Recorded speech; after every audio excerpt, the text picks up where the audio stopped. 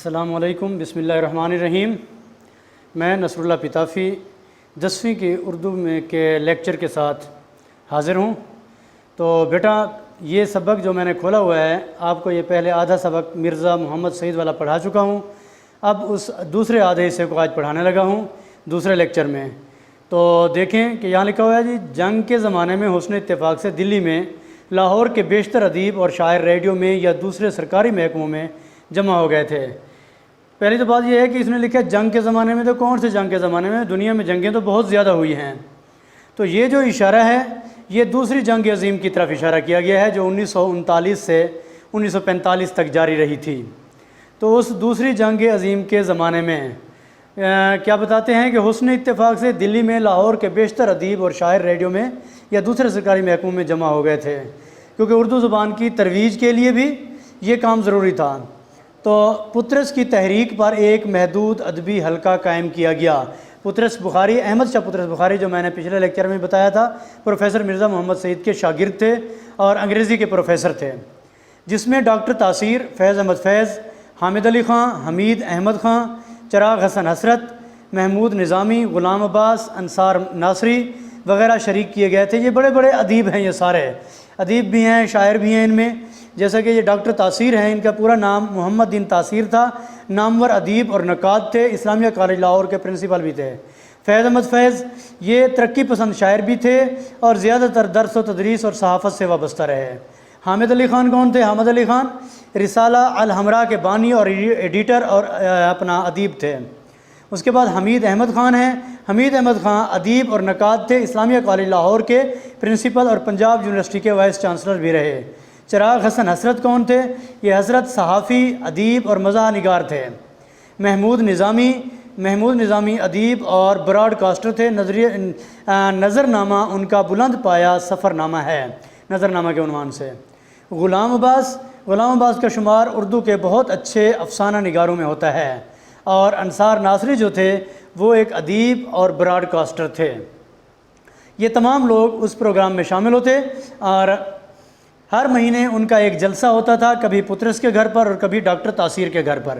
اس میں ایک مقالہ کسی ادبی موضوع پر پڑھا جاتا۔ مقالہ سے مراد کیا ہوتا ہے؟ قول، ادبی تحریر یا مقولہ، اور اس پر سیر حاصل گفتگو کی جاتی تھی۔ تمام ادیب جو اس میں شامل ہوتے تھے وہ اپنی اپنی رائے اور اپنی علمیت اور قابلیت کے مطابق اس مقالے پر جو ہے گفتگو کرتے تھے۔ اور ایک جلسے میں محمود نظامی نے مقالہ پڑھا، اس میں مرزا صاحب بھی تشریف لائے تھے، مرزا پروفیسر محمد سعید تشریف لائے تھے۔ ڈاکٹر تاثیر نے گفتگو کا آغاز کیا، پطرس خاموش رہے۔ مرزا صاحب سے درخواست کی گئی کہ کچھ فرمائیں۔ مرزا صاحب بحث و مباحثے کو ناپسند کرتے تھے، اس لیے بڑی محتاط رائے دیتے تھے۔ انداز کچھ ایسا ہوتا تھا، نہیں یہ بات تو نہیں، مگر خیر ایسا بھی ہوتا ہے، یہ انداز تھا ان کا۔ پطرس کو شوخی سوجھی، چونکہ پطرس ان کے شاگرد تھے، وہ اپنے استاد کی ہر ادا اور ہر پوری طرح سے طبیعت سے واقف تھے، تو ذرا تھوڑی شرارت سوجھی اور فیض احمد فیض کو اشارہ کیا، وہ مرزا صاحب سے زیادہ واقف نہیں تھے، بات کاٹ کر فوراً شروع ہو گئے۔ یہ تو ایک فطری بات ہے کہ کسی بھی انسان کی بات کاٹ کر جب اپنی بات شروع کرو گے تو اسے غصہ ضرور آئے گا۔ تو مرزا صاحب کے ساتھ بھی کچھ یوں ہوا کہ جب فیض احمد فیض نے ان کی بات کاٹی اور اپنی بات شروع کی، اور فیض احمد فیض نے صرف اتنا کہا کہ آپ کو معلوم ہی ہوگا کہ رومی تہذیب یونانی تہذیب کے بعد ابھری، اتنا تو ان کا کہنا اور مرزا صاحب کا جلال میں آ جانا، شدید غصے میں آ گئے۔ جی ہاں، میں یہ جانتا ہوں اور یہ بھی جانتا ہوں کہ پرانی تہذیبوں کی تاریخ کا ایک دریا تھا، عمدہ چلا آتا تھا، کیونکہ مرزا صاحب بہت زیادہ مطالعہ کرتے تھے اور مطالعے کے ساتھ ساتھ تاریخ پر انہیں بہت زیادہ عبور تھا۔ تو جیسے ہی تہذیب کی بات آئی اور وہ بھی رومی اور یونانی تہذیب کی، تو مرزا صاحب نے پھر اپنی ساری علمی قابلیت اور علمیت وہیں کھول کر رکھ دی، غصے میں بہت کچھ انہیں کہہ سنایا، اور مرزا صاحب کے سینے میں علم کی کتنی دولت بھری پڑی ہے۔ فیض پشیمانی کے معنی شرمندگی سے، ندامت سے بار بار مرزا صاحب کی طرف دیکھتے تھے۔ پطرس دل ہی دل میں ہنس رہے تھے کہ دیکھا اسے کہتے ہیں علم کا سمندر۔ ہم سب دم بخود ساکت بیٹھے مرزا صاحب کو آنکھیں پھاڑے دیکھ رہے تھے۔ پطرس نے مرزا صاحب کے جلال کو ختم کرنے کے لیے فوراً چائے کا سامان رکھوانا شروع کر دیا اور خدا خدا کر کے مرزا صاحب کا جلال رفع ہوا۔ مرزا صاحب گھنٹوں مطالعہ کرتے تھے، ان کے کتب خانے میں ہر علم کی کتاب موجود تھی، ملازمت درس و تدریس ہی کی تھی، اس لیے نئی سے نئی کتاب پڑھتے رہتے تھے۔ فرماتے تھے کہ اگر میں اتنا مطالعہ نہ کروں تو ان انگریز پروفیسروں کے آگے کیسے ٹھہر سکتا ہوں۔ پینشن لینے کے بعد بھی ان کا واحد مشغلہ مطالعہ کتب ہی رہا۔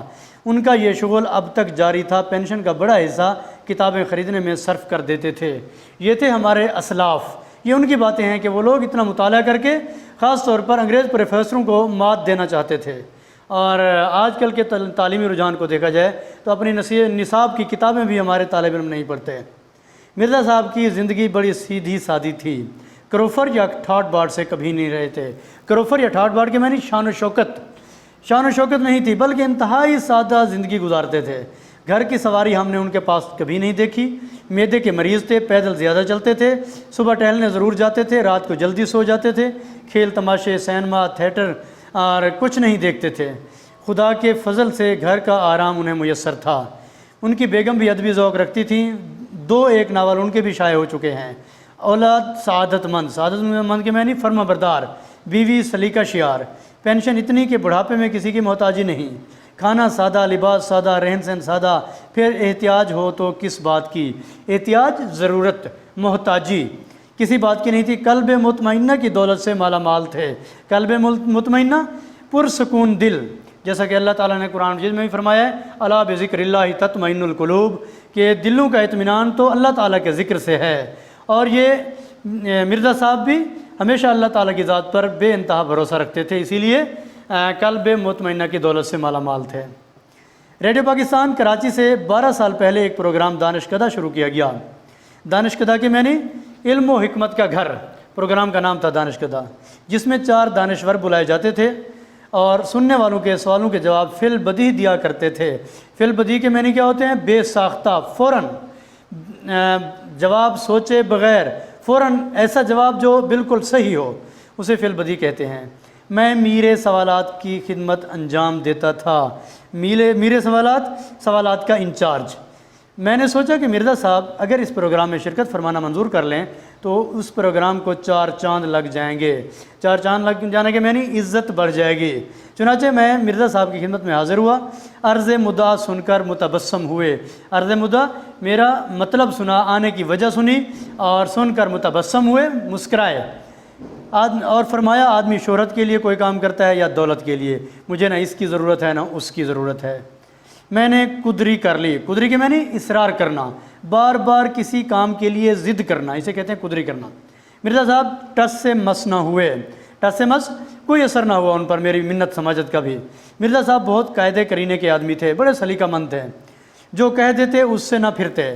قیام پاکستان سے پہلے جب مسلم لیگ نے زور پکڑا تو مرزا صاحب نے سیاست میں بھی حصہ لینا شروع کر دیا اور صوبائی مسلم لیگ کے صدر منتخب ہوئے اور مسلم لیگ کونسل کے ممبر بھی چنے گئے۔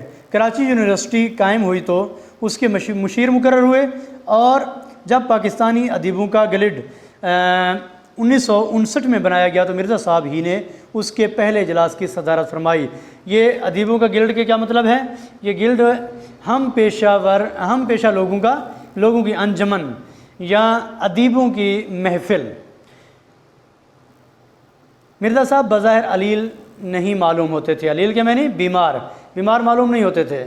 اکہرا ڈیل، بالکل کمزور جسم، اجلا رنگ، صاف اور شفاف سفید رنگ، کوشادہ پیشانی، ماتھا چوڑا تھا ان کا۔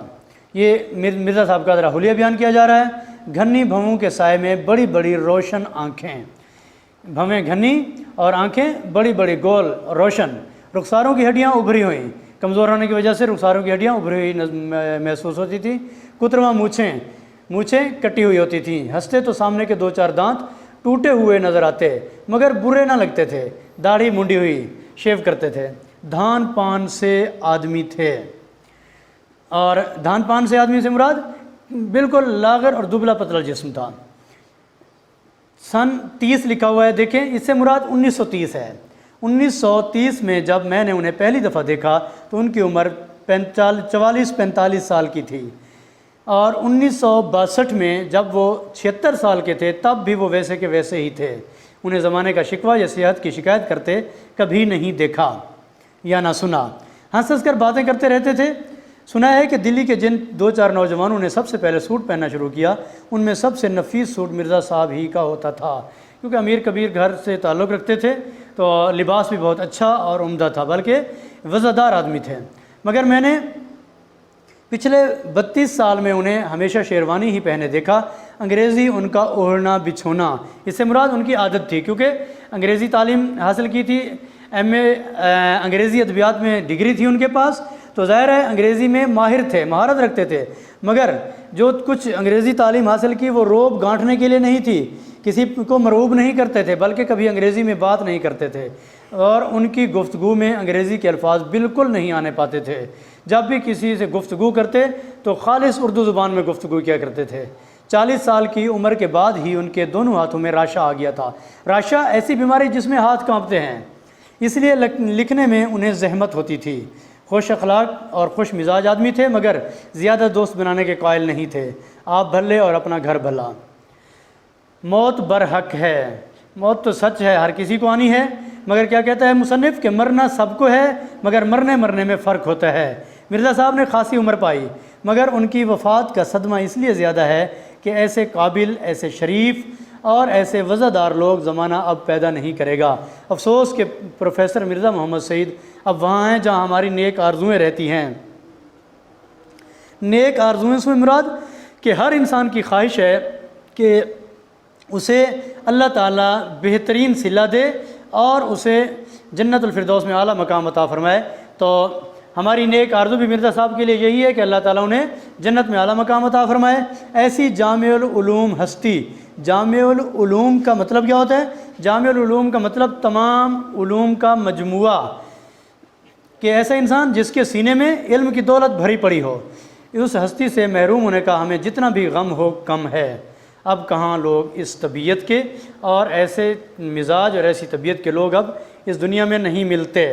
اور یہ سبق، یہ خاکہ جو لیا گیا ہے پروفیسر شہد احمد دہلوی کی کتاب گنجینہ گوہر سے لیا گیا ہے۔ آج کا ہمارا یہ لیکچر مکمل ہوتا ہے، سبق مکمل ہو گیا بیٹا۔ اب اس سبق کو مکمل آپ نے پڑھنا ہے، اس کے الفاظ معنی بھی یاد کرنے ہیں آپ نے، اور الفاظ معنی یاد کرنے کے بعد اس کے کسی ایک پیراگراف کی تشریح بھی کر کے آپ نے ہوم ورک میں لکھنی ہے۔ شکریہ، السلام علیکم۔